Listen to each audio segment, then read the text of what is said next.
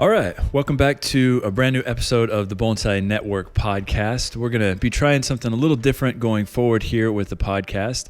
We're actually going to be doing a simultaneous vidcast or videocast. Is that what you'd call it? It's a good question. A new stream. A new stream, yeah. So it won't be streaming live, but we will put this up on our YouTube channel after we post this up on, our podcast outlet. So if you listen to this on, Stitcher or iTunes or whatever the kids are using, I don't know. You're a millennial. You know what the apps are. Okay, yeah. So whatever podcast outlet you're listening on, this will obviously be available on there. But you can also click on the link in the show notes down below, and it'll take you to our YouTube page, so you can actually watch both of us just kind of sit here and chit-chat about bonsai. So speaking of which, my guest for today, and probably the guest going forward from most episodes of the podcast, is Cameron Carlson. Hello. This is our new apprentice here at Eisei-en. So figured for this episode what we could do is kind of introduce you to Cameron a little bit and get a little bit of your background. Talk about kind of your background in bonsai, where you're from, and all those kind of things. So, by the way, for those of you watching this video version of the podcast, our heads are exactly 6 feet apart, so we are technically socially distancing, I guess. But we've actually shut the nursery down right now because of COVID-19. So it's just Cameron and myself here at the nursery, and of course Nancy's just over in the house over there. But she refuses to come out here for some reason. I mean, not really because of the virus. I just don't think she likes the bugs or the dirt. Oh yeah. We're pretty gross. Yeah, we are pretty gross. Yeah, absolutely. So, all right. Let's get started. So, Cameron, tell a little bit about your background. Where are you originally from? I'm originally from a town in Illinois called Sugar Grove. Sugar Grove. Straight west of Chicago, pretty much for a little while, about an hour. About an hour? Okay. Yeah. All right. And then you ended up going to university out in Bozeman, right? Yeah. In Montana? I went to Montana State for 4 years. But okay. Yeah. Why did you go to Montana? It's really cool. The mountains really kind of drew me out there, and they got great forests and everything, and I don't know, kind of fell in love. Had you gone out there before university to check it out, or was this just something that you'd seen photos and videos of and thought it looked cool and you wanted to go? I went on a college visit my senior year of high school. So kind of checked it out, and then we went to Yellowstone and stuff, and I thought, okay, well, I think this is my place. That's cool. How close is Bozeman to Yellowstone? A bit more than an hour. Okay, that's not Maybe that far. An hour and a half away. Yeah. That's not far at all. Oh yeah. Oh, that's very cool. So what did you study then at university? What was the main sort of thing you were focused on there? I switched a couple of times. I started in environmental biology or something, and then I went into education for a couple of semesters, but I ended up in horticulture. Okay. I just love trees. Right. So I was kind of working my way toward it. So did you have an interest in trees to begin with and nature and whatnot, and then found bonsai, or was it okay? I had a really big interest in trees as a kid, and so it kind of just grew as I got older. Planted a few in the backyard that are old now and stuff, so I got a little connected and wanted to grow them.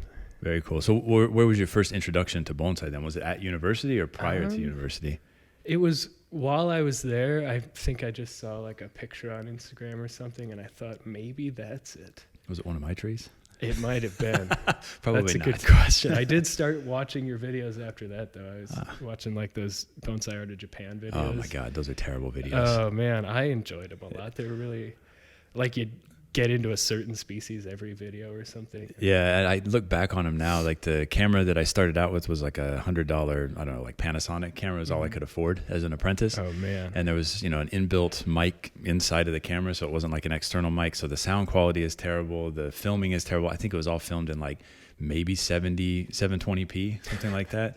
So it wasn't full HD or anything. It looks rough, and the editing is terrible. Plus, if you listen to episode 1 of the Bonsai Art of Japan, oh boy, it sounds like my balls haven't dropped quite yet. My voice is incredibly high in that video, and I'm trying to talk like a narrator, so I talk extremely slow, but I just sound like I have, some problems. Got helium in your Exactly. voice. It sounds terrible. Oh, so man. We've, since improved the quality of our filming, at least I hope anyway. So people seem to think so. But how long have you been doing bonsai then? Basically since my sophomore year of college. I had freshman year gotten one of those little boxes with a tiny pot and a seed in it. Oh, nice. And Did you actually grow it? For a few weeks. and then Did it come died out? in my Oh, okay. dorm. And, Gotcha. I thought, oh, boy. And then later I kind of got back into it, and I was just sitting around one weekend, and I started just Googling all kinds of stuff about it, and then I bought a couple books, and I think I bought a grafted Japanese maple or something. Oh, nice. From a local That garden died store or something? eventually. Yeah. Yeah, I remember having some of those too. Somebody in the local gardening center nearby had a flat of maples that they had grown, and they thought it was interesting that I was into bonsai, so they gave me the whole flat of maples. Nice. And then I started separating them out, and jamming rocks up under a few of them. I don't have any of those trees. Yeah, at this exactly. point. They're all Those dead. early experimental trees aren't with me anymore. Exactly. I have one customer up in Virginia. Won't mention his name, but his wife bought him a seed kit, or several seed kits, I guess, of different species when he first started in bonsai, and he has all of them. They all grew. Oh, man. And some of them are actually really cool trees now. And this is, I think, 12 years into the process, Yeah. which is, that's unheard of. Everybody, by the way, the noise you're hearing in the background there, we have a cat in the nursery now. Samwise Gamgee is his name. So it's actually Cameron's cat. So he's trying to get into a box right now. So.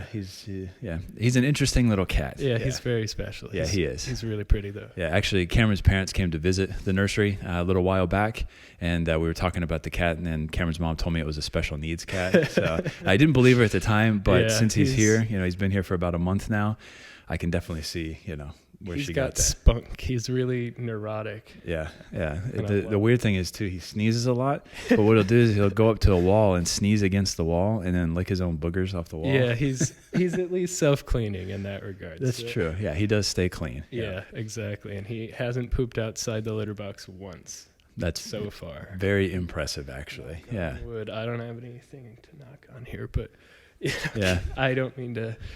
We'll see. We'll see if we can get Sam early on camera later in the podcast as well. He usually tends to jump on people's laps in the workshop, so we'll see if we can get him over here. So why did you name him Samwise Gamgee? He came with the name, actually. I went into the what do you call it, the shelter, and I had picked out a different cat, but then word didn't get to my landlord in time. They tried calling him to verify and everything, and somebody else had adopted it by then. So I came back because I saw Samwise the first time, and I thought, well, it's a little too cliche for me, a little too on the mark to get a cat that's got a Tolkien name, because I was already thinking of Tolkien names for cats. That's because you're a giant nerd. Yes, I sure am, and I love it. But I took that as kind of a sign, so I just went back and got Samwise and didn't change his name because he had a fitting one, because he's pretty small. I'd he is say, like a as hobbit, far as cats go. His hairy. Fur makes him look bigger. Right. Yeah. I bet if he shaved him, he'd look teeny tiny. Oh man, if I pat him with both hands, you can see how tiny his rib cage is. Oh my God. He's just a little guy. He originally came from a hoarding situation, right? He was brought in, they said, with 20 other cats or something like that, and he was born there. So makes him a little weird. He's really thriving though, because he used to live with another cat, Ben. Ben Kenobi, because we had to stick with the tradition and everything. They used to not get along in the best ways, and now they're both kind of thriving without each other. So he likes it here. We tried to introduce Momo-chan, our little German Shepherd puppy, to Samwise the other day, and that did not go very well. No, he got really spooked. So.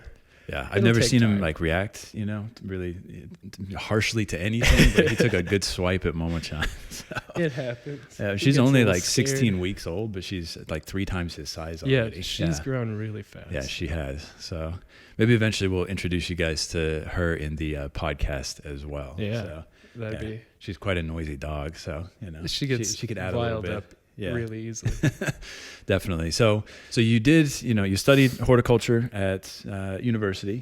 Mm-hmm. Was there a specialty within horticulture that you focused on, or was it just a general hort degree? I went the route of the more general hort. They just called it environmental horticulture or something like that. And the other option for hort degrees was landscape design. And I thought, I'm not really looking to design landscapes so much as trees themselves. And I kind of just wanted to really get into how they actually grow and things like that. Sure, yeah. A lot of people think that I have a degree in horticulture, but I don't. I am not a people horticulturalist at all. So my degrees are they're all in business and Japanese language. So which comes in handy for, doing an apprenticeship in Japan and then, running a business. It definitely helps. So speaking of which, we are going to have a new segment later in this podcast. We haven't officially named it yet, but we'll come up with something. But it has something to do with, negative comments on the internet. There's a lot of speculation out there.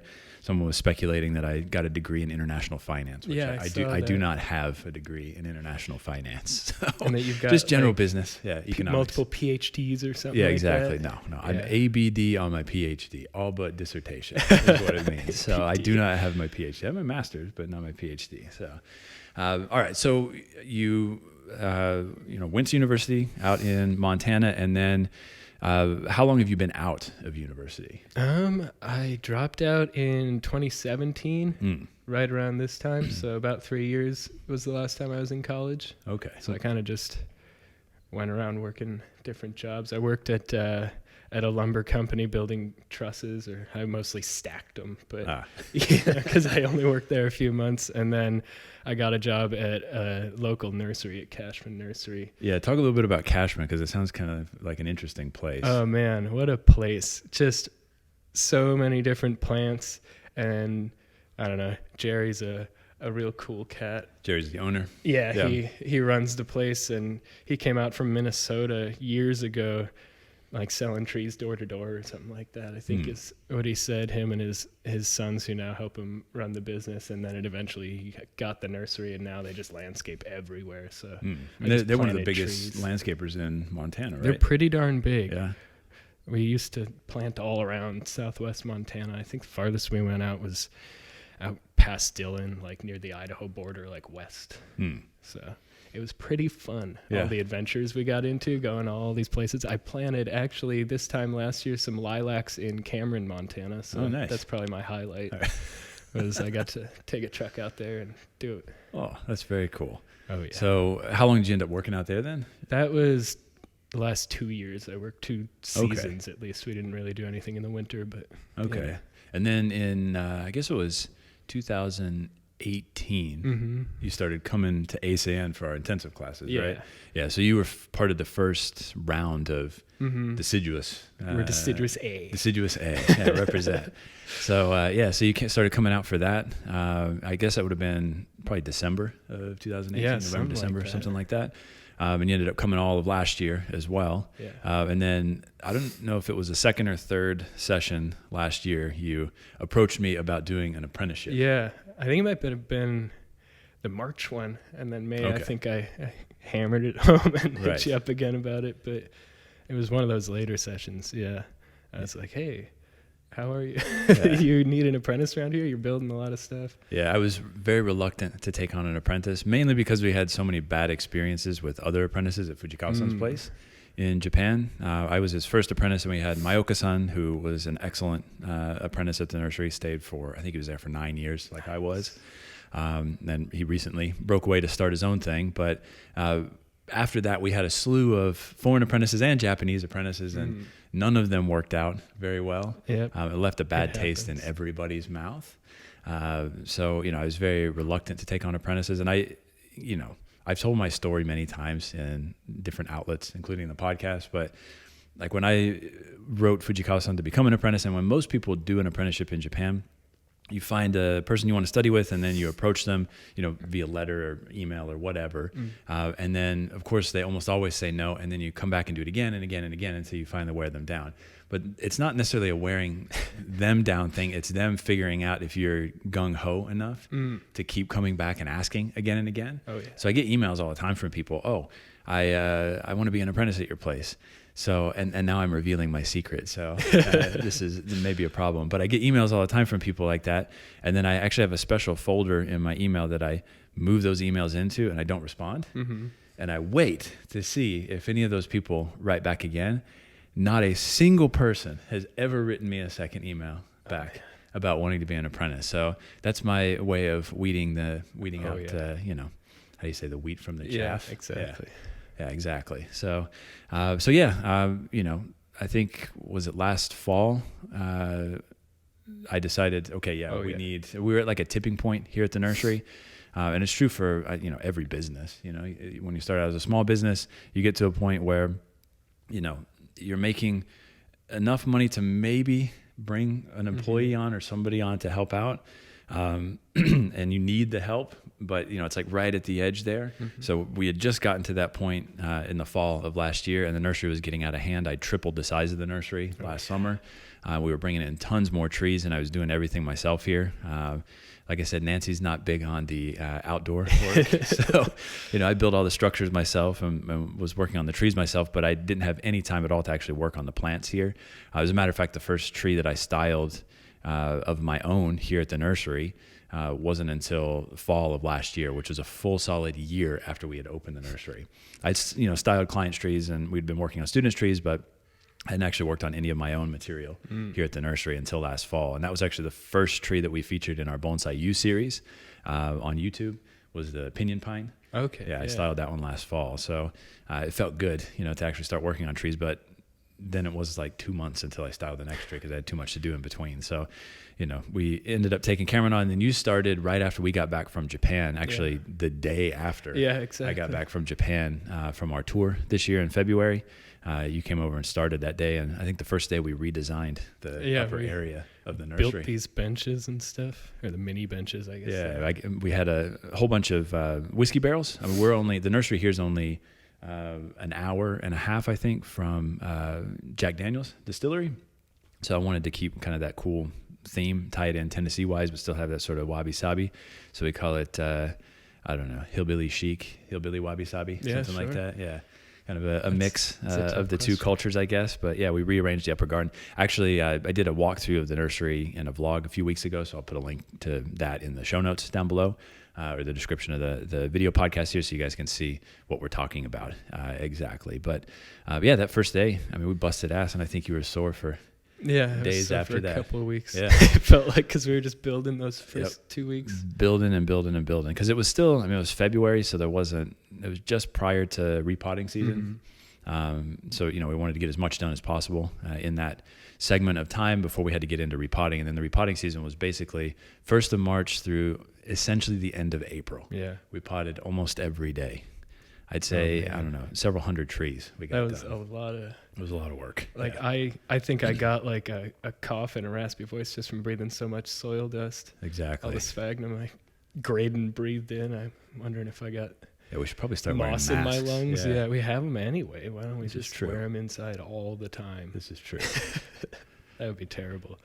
All right. So, what was the main reason that you wanted to do an apprenticeship in general? Not necessarily here, but what was sort of your draw to doing something like this? I guess I just really wanted to make sure I learned like as much I could technique and knowledge wise, because I don't know, so much available that I wasn't sure what I was taking in and everything. And I thought, why don't I do it in like a trusted, reliable way? And I just kind of learned skills best by being in them and doing them and stuff. Sure. Yeah. I think, it's nice now with all the stuff online that's available. There's a lot of good information out there, but there's also way more bad information that's out there as well. Most people have kind of gravitated towards a few different outlets that seem to be more reliable, which is good. Hopefully our Bonsai-U falls into that category, which, by the way, I don't think I've mentioned it in podcasts in the past, or maybe I have, but we've got this new online platform series basically on YouTube called Bonsai-U. It's a tutorial series where every other Thursday I put up a new video, and it kind of guides you through different aspects of design or horticulture or specific species, for example. As a matter of fact, coming up here in the next few weeks, we're going to feature an episode on how I built this tokonoma behind me here, which you can see in the video podcast. So, interesting range of stuff, but there's, a lot of good information online. And I think a lot of people are gravitating towards that, but there's nothing better than being here, because you get to, you could watch the Bonsai-U videos from home, but you get to actually see the tree in person and help with a lot of the trees as well. And I feel like that's what I need, if I don't understand something, and maybe a written or worded explanation isn't quite working, I can just say, hey, could I just see you do it? Could I just see it done? And then I'll try it and I'll do my best. And from there I can work on getting it better and stuff like that. Sure. Yeah. Yeah. I think one of the things that Fujikawa-san said to me when I did my apprenticeship that always stuck with me, nobody in Japan is really big on talking, at least the bonsai professionals, in terms of like teaching, actually verbalizing things. But what he said is, every lunch break or every time you come in early in the morning or at the end of the day when you finish up, always go around and look at the trees in the nursery, look up underneath the trees, see what the other professionals have done in the past, and then sort of reverse engineer that and then reapply it to the tree that you're working on. The only difference between there and here, obviously, is that the trees have been in development way longer there than a lot of the stuff here. I mean, a majority of the stuff that we work with here at Eisei-en is raw material, which is also cool. You get to see a whole different sort of aspect of bonsai culture and art and design in terms of like setting the bone structure and then the necessary horticulture to move those things forward. But you don't get that as much of that sort of refinement level, that we see in Japan. So there's benefits to both. And we do have some trees here that are, a little further along in the process or like halfway there. So you get, a good mix of things. Exactly. Yeah. And that's kind of what's driving the trees I own here is I've so far just been going for like real early development stuff, so I can kind of step by step grow with it. Right. And because how am I going to buy a $1,000 tree? Sure. Yeah. On an apprentice salary. So speaking of which, some ramen for it. Yeah, that's right. Yeah. Speaking of which, the way that I wanted to set up the apprenticeship here is exactly the same as in Japan, where you essentially get room and board covered. So, you've got an apartment. It's not as close as a 5-minute bike ride like mine was to the nursery. The roads aren't really great for riding bikes. Yeah, it's about a 20-minute car ride, but that's just because this area, Mount Juliet, in the last couple of years has exploded and everything's so expensive here now. So we got lucky, moving in. As a matter of fact, that's another thing we're going to cover later in the, internet hate messages. We'll talk a little bit about what people have been saying behind my back on the internet. So stay tuned for that. Talking smack. That's right. So, but I mean, the apartment that we set up too, it's a much bigger apartment, obviously, than the one I had in Japan. When I had in Japan, actually, the building, I think last year got condemned. Oh boy. So, and it wasn't that long ago I was living there. It was like 10, 11 years. No, they shut it down. It looks bad. It was bad back then. Well, it wasn't made for people your size. You weighed down the floors that must or something. Be what it was. Like Yeah. No, hit your head on the ceiling. The door walking in was only, I'm 6'6". The door was 5.5 feet tall. That's I guess. wild. Yeah, so you had to actually physically duck.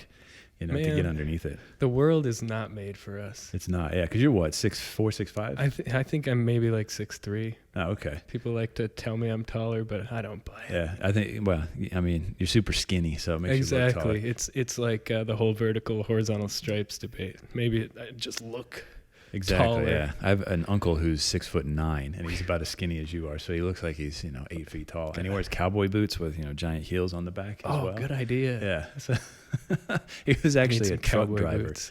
Yeah, he's retired now, but he was a truck driver. I don't know how he fit. He drove for hours and hours and hours. Knees up to his ears. Exactly. Yeah. So I think he lives up in Iowa. That's where my dad's from. So very nice. Not far from where you're originally from. Good old Midwest. That's right. Farm boy from back in the day. So, but so the apartment that we set up for you here, it's actually got multiple rooms in it, and that's because going forward we want to start a program here, an immersion program.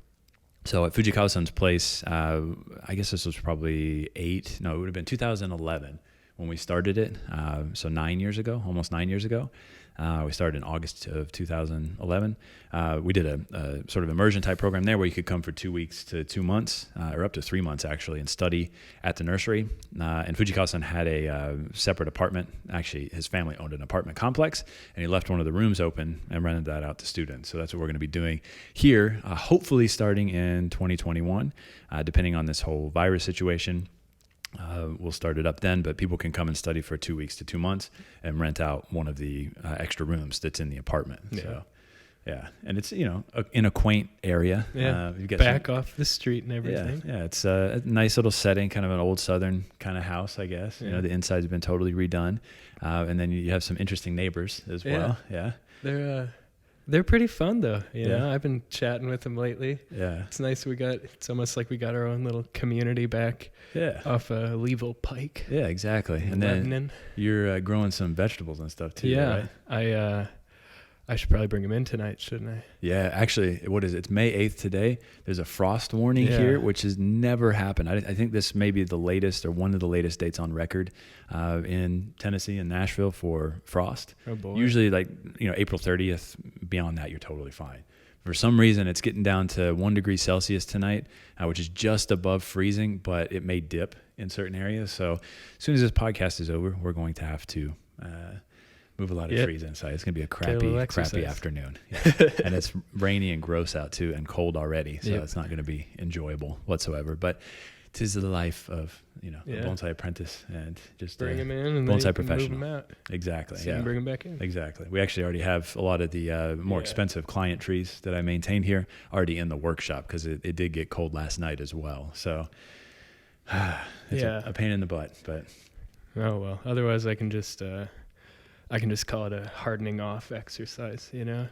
This is true. See if they survive it. That's true. Yeah, they were warning online for people with crops and stuff. I don't know how they're going to protect a lot of that just stuff. One giant bed sheet. Yeah, just a giant blanket. On top of their whole field. Exactly. Yep. Yeah. So as soon as this blasts through here, we'll move everything back out on the benches, and then fingers crossed we won't have any more frost this year. Yeah. But for you up in Montana, this would be normal this time of year, right? It feels, like it's getting close to when we would, because usually it's after like Memorial Day. We would start gardens, or I would sometimes wait until June because every once in a while, I remember one year I was about to fly out. It was like May 15th and it snowed like 8 inches. Oh my God. So yeah, that would never happen here. I was like, okay, from now on we're waiting later to start. Well, I luckily hadn't started anything, but later than May 15th at least. So we'll see if we can make it here without anything dying. Yeah, I sure hope not. So there's too much invested here, time and energy wise, and money too, which we're going to be talking about later. So stay tuned for that. Okay. Oh yes. So far, in your apprenticeship, what's been the best experience and what's been the worst experience?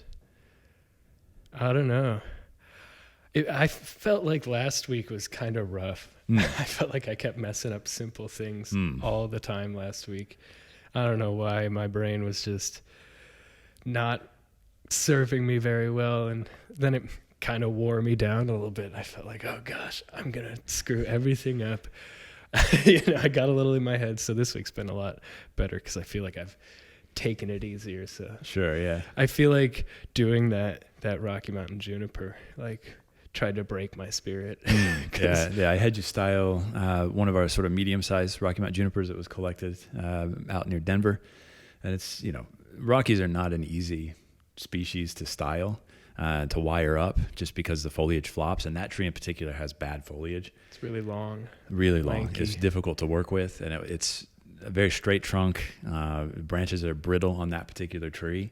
So it wasn't exactly the easiest. Oh man, to when style. I broke that one, yeah, you're like, "What was it? Did you get all the way through it?" You're like, "Oh, that was deadwood. You're fine." Yeah, so it's all right. Yeah. Like heavy breathing in the corner of the workshop. Yeah, and my favorite part was when you repotted the tree. Oh God, and I got the angle wrong. Yeah, I said, "Okay, Cameron, now that you've styled the tree, we've changed the angle here. You've styled the tree. I want you to repot it. Let's put it in this mica pot, all right?" And for those of you out there who are going to say, "Oh, you shouldn't style and repot the tree at the same time." Good God, we did very little actual heavy bending on the tree, and the repot was just an angle change. We did no work on the roots, no cutting on the roots. It was just a slip pot into a little bit larger pot. But you still managed to pot it on the wrong front. And, well, yeah, I feel like that was like the pinnacle of my mental defeat by that tree. But I liked the lesson. I learned a lot of lessons from that tree. But, I feel I liked being humbled by the tree, remembering that it's a partnership and it's not me exerting my will on it or something. I don't know. Maybe a little bit, but it felt good. Yeah. Tree telling me how far I can go and stuff like that. And sure. Apparently not very far. But yeah. So what's been the best experience so far? Boy. I don't know. I really loved repotting the Big Lonely Doug. And the big Chungus. I just love the big Chungus so much. Yeah, so the big Chungus is our biggest trident maple here at the nursery. It's one of the fused trunk trident maples. It was developed by a friend of mine, Doug, up in Kentucky. Actually, he's from California and did all the work out in California like 25 years ago, and then moved to Kentucky and decided that he wanted to get out of bonsai. So I bought all of his fused trunk trees that were all 25 to 27 years old, somewhere in that range. But this thing, the cage that he built under it, the base is probably 2.5, 3 feet in diameter. Pretty big. It's huge. And then it spirals up. And then you started working on that in the intensive classes. Yeah, that's part of why I love it. Well, that's mostly why I love it. It's because I've gotten to actually be with the tree. Yeah, you're the only one who's wired it ever. Yeah, I've never put any wire on it. I don't think any of the other students have put wire on it. So, and when I got it, it had basically no branches on it. We sheared everything off. And then we had to take them off again. Yeah, so last year, I think you styled it, I don't know, probably was it the March session or? It was something like that. And then by May, when you came back, it had filled in. And I was like, oh, it's perfect timing. Let's take all the leaves off, defoliate it, and then look at the branch structure. Well, the wire had bitten in so severely in that 2-month period that we had to cut all the branches off again. Because they were basically like pigtails. Exactly, yeah. So, but we did a much better job this year in taking the wire off. So there's no wire scarring on the tree anymore. And that's mainly due to the fact that Cameron is here. Now we have an apprentice to take the wire off because I didn't have time to do all of that. I remember thinking, I was like, if you had an apprentice, this wire would have come off sooner. Yeah, they can keep things on track a little bit better. Yeah. So, but that's going to be one of our really cool trees going forward. We'll feature that one probably in a BONSAI-U episode at some point. Got a lot of potential. Yeah, and we've got to bring it in tonight anyway because of the frost. Yeah. So we may end up just doing the defoliation and work in here, as a BONSAI-U episode. That could be kind of cool. Then I could put you in front of the camera. Perfect. Yes. Yeah. Have me always and working increase on the your Chungas. Anxiety even more. Oh man, no, it's desensitizing me to it. Then maybe one day I can do demonstrations or something like that. Exactly. Yeah. Teach people. Yeah. I still hate getting up in front of crowds of people. I actually get nervous every time we do a segment on the podcast or we get in front of the camera. So I'm always nervous. I don't look nervous, but it hurts. Boom, boom, boom, boom. Oh God! It doesn't help that I drink like 20 cups of coffee a day. Gosh, I think I'm on like my 4th. Yeah.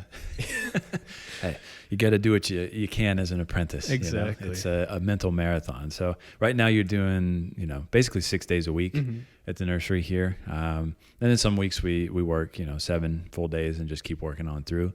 Yeah. But it depends on the season. Last week. Yeah, I mean, like in the fall, if we end up having the national show in September up in Rochester, the couple of weeks leading up to that are going to be nuts. Every single day, sun up to sundown, getting stuff prepped, mossed, cleaned up. We're taking a lot of clients' trees up to the show this year. I've actually put a couple of my own trees in the show. They've been accepted, which I hadn't been doing for the last few shows. So I'm excited about that, but hopefully they'll still be having the show. Yeah.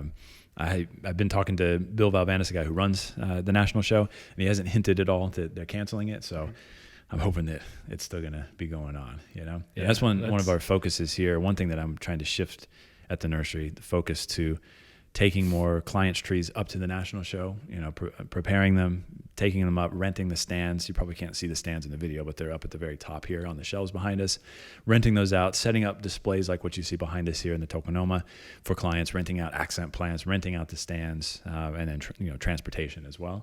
I feel like that's one reason why, of course, the kokufu is so good. It required that professionals be the ones to carry the trees up and set the trees up at the show. And a majority of the trees are maintained by professionals, not all of them. And in the case here, with the trees at Eisei-en or the client's trees here, it would be mostly the clients maintaining the trees themselves. People in the States seem to want to have the trees, obviously, at their homes. But they bring them here, we clean them up, just prep them a little bit, and then carry the trees up to the show. So slightly different model, but similar in a lot of regards. So that's kind of one focus I think we want to do here at the nursery going forward. Get going all over in shows one day. Exactly. Exactly. All right, so this brings us to a brand new segment in our podcast. This is one I've been hinting at this entire episode, and that is our segment called Talk Shit, Get Hit. Cameron came up with the name for that. So we were debating back and forth how we should approach this, but basically what I want to do is kind of talk to you guys about some of the hate that we get online. This could be stuff that we get in YouTube comments that are just awful and hateful, but also quite funny. Or things that appear in forums or just general commentary online. So for this first edition, we're going to be talking about a thread that recently came up on the Bonsai Nut forums. I'm not a member of these forums. I don't think I've ever been a member of these forums. I always try to avoid getting on these forums because it's just garbage typically that's on there. Now, that being said, there are some really knowledgeable people on there who are trying to do really good things, and I appreciate, those folks being there and doing that. But for the most part, it doesn't seem, like the most friendly place on the internet. And recently, one of my students here at Eisei-en sent me a text message sort of alerting me to a thread that had come up on the Bonsai Nut forum lately. And I actually got a message from a couple other professionals as well since then. But basically the thread is, how much money is Bjorn worth? All right. And it's written as how much $$ is Bjorn worth. Exactly. So we're going to read through just a few of the comments on here and then discuss it a little bit. So the first sort of start of this thread, I'll just read it to you word for word. It says, "This is not to denigrate Bjorn at all. I really admire his work and the amount of time he has put into learning the art. Appreciate that. I'm just wondering how much money he's worth. I was looking at his spring nursery walkthrough. Holy crap, he has an amazing nursery. Again, thank you. Put together in just 2 or 3 years. It's actually a year and a half. Well, this was built in 2.5 months. This is true. Yes. Yeah. Essentially. I mean, the first phase of this, and actually we did this in phases. So all I could afford to build was the first, phase one, sort of the upper garden here. So it was very small when we started out. And then we slowly expanded over the last year, I guess quickly expanded as things took off a little bit. So I'm wondering how much money it took him to put it together. He bought a piece of property in Tennessee and turned it into an amazing garden filled with world-class bonsai. I'm guessing at least $2 million. Ooh, yeah.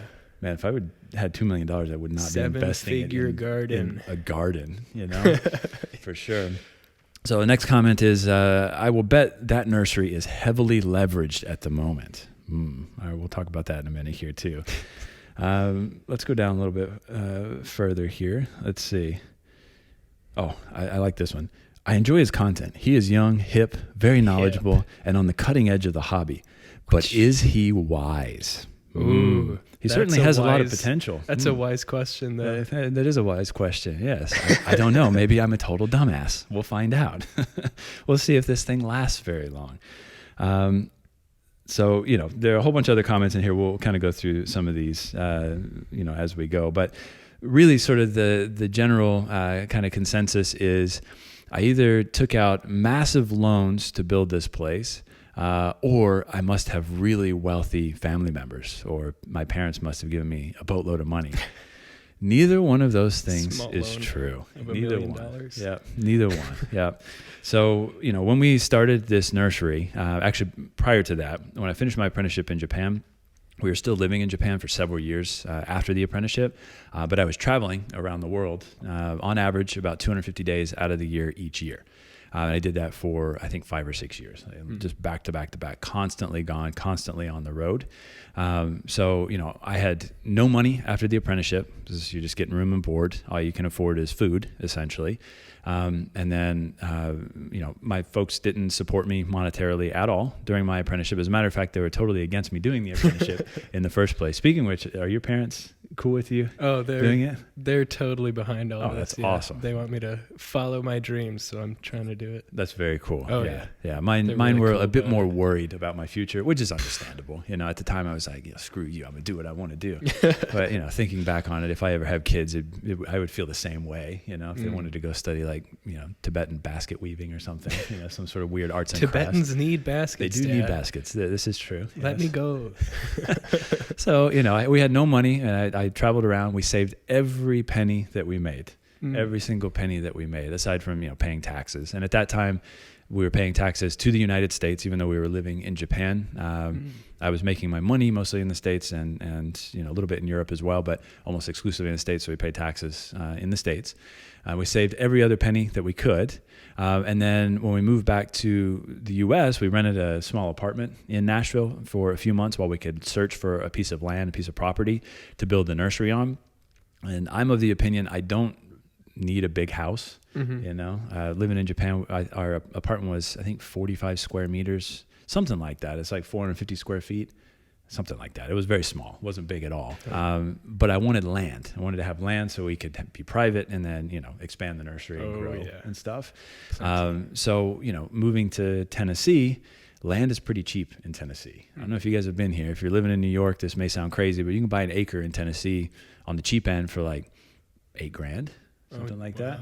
We didn't pay that cheap for our land here, but of course, we searched around for, I think it was 5 or 6 months until we actually found a piece of property, which we got here. This is 10 acres. We're in Mount Juliet. It's like 25 to 30 minutes from downtown, kind of out in the middle of nowhere. It's a growing community, so the value of land is going up, which is great. So it's a good investment, but it's a small home by American standards. It's a rancher style home built in 1987. It's not a brand new house. And the building that we're in right here, the workshop, this is already on the property. This was built by the original owners of the house. It wasn't finished out when we got it, so I did hire some people to finish the interior of this out. But just drywall, insulation, and some ceiling work, and then all the shelves and tokenomias and all that kind of stuff I built myself. So we did, of course, take out a loan, a 30-year loan on a mortgage, basically. That's it. So all the other money that I had saved up, I invested in this garden myself. My folks are middle class. My dad's a mechanical engineer. My mom was in budgeting and finance, not like a day trader or anything. She just worked for various companies like Philips Magnavox and other companies like that. Doing accounting essentially and finance stuff. So born and raised middle class, still middle class, always will be middle class. And I took no money from my family and we took no business loans out to build this place. So the material that's here at the nursery, a lot of that material I maintain for clients. So a lot of that material is not purchased myself. We have a lot of trees here that are on commission.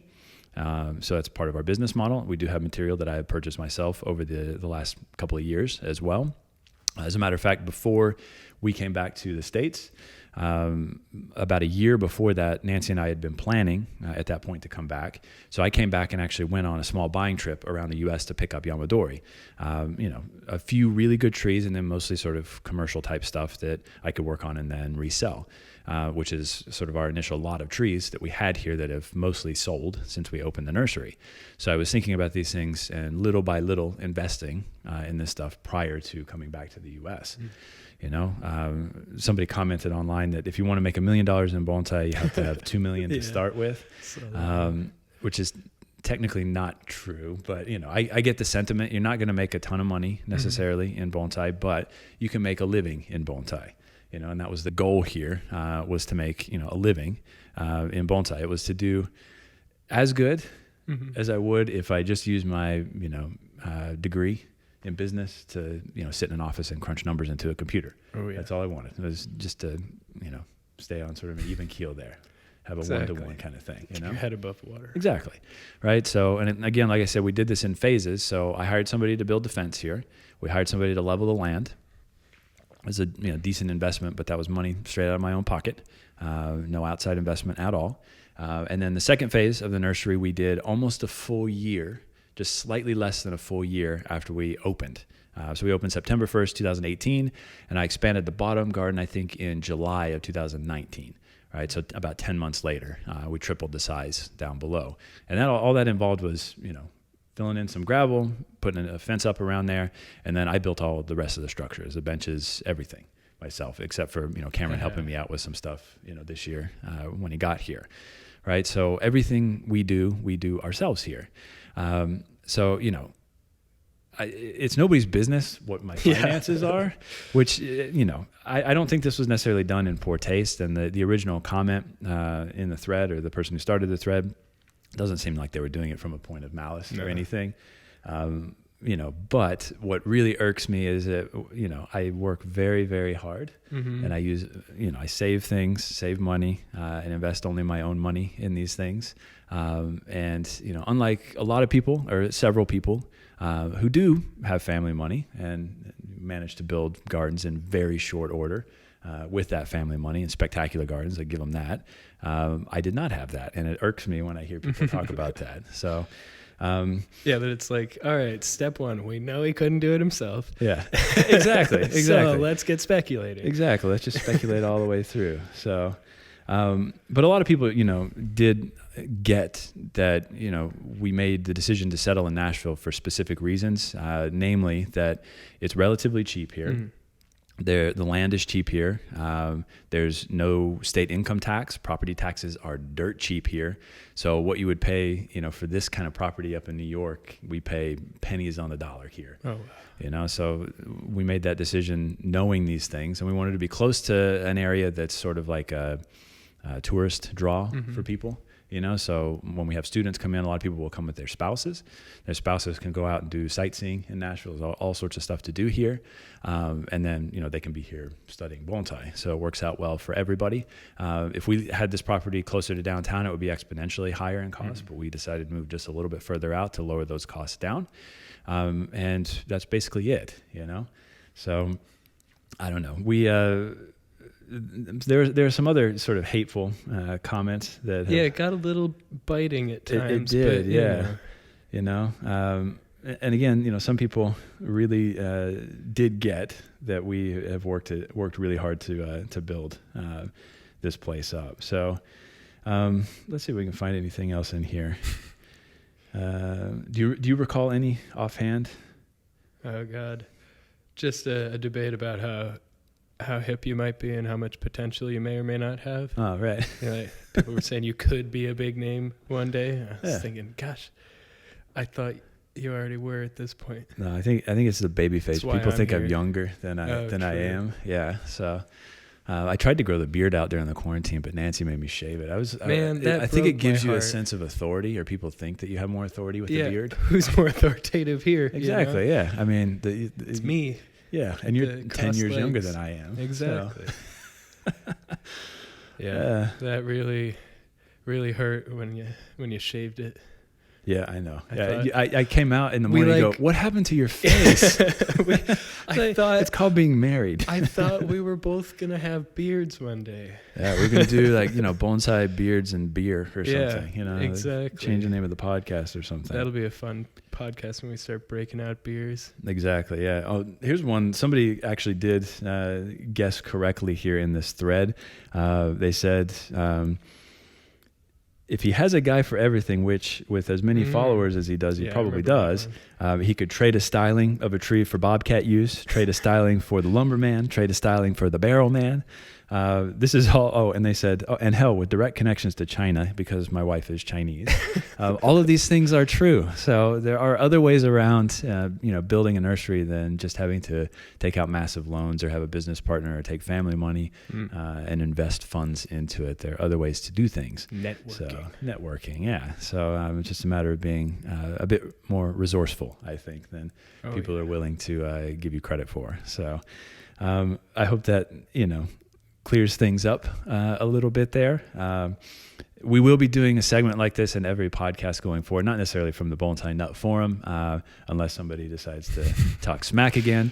But start a running thread. Exactly, yeah. Or maybe we can just somebody can start a thread on Bonsai Nut that is just all hateful comments, and then we just have continuous commentary. Just a hate mail section. Yeah, going we can just forward. read through. Yeah, or I think next time we'll probably dive into some of the comments in the YouTube videos. It's like a cesspool on there. It's awful. How's the new video been doing? It's been really good, but I told that I speak very poorly, and I speak you need to work on your speaking skills. I speak like Donald Trump for some reason. I don't think I do, but unless it's like a hand thing. Maybe I'm just moving my hands too much. I'm trying not to move them now because I'm afraid I'm going to smack the microphone. Oh, true. But normally I talk with my hands. Maybe too much. I think we've done really well with the mics, though. I think we have too. Yeah, you only hit it once, so yeah, true. I kicked it. So we're pretty good. Leave a comment. Smash the dislike button. That's right. Smash the dislike button. All right, so that's going to do it for this segment of Talk Shit, Get Hit. Yeah. What we're going to do next here is another brand new segment, and this is Cameron's Tolkien Corner. So we're going to cut to that right now.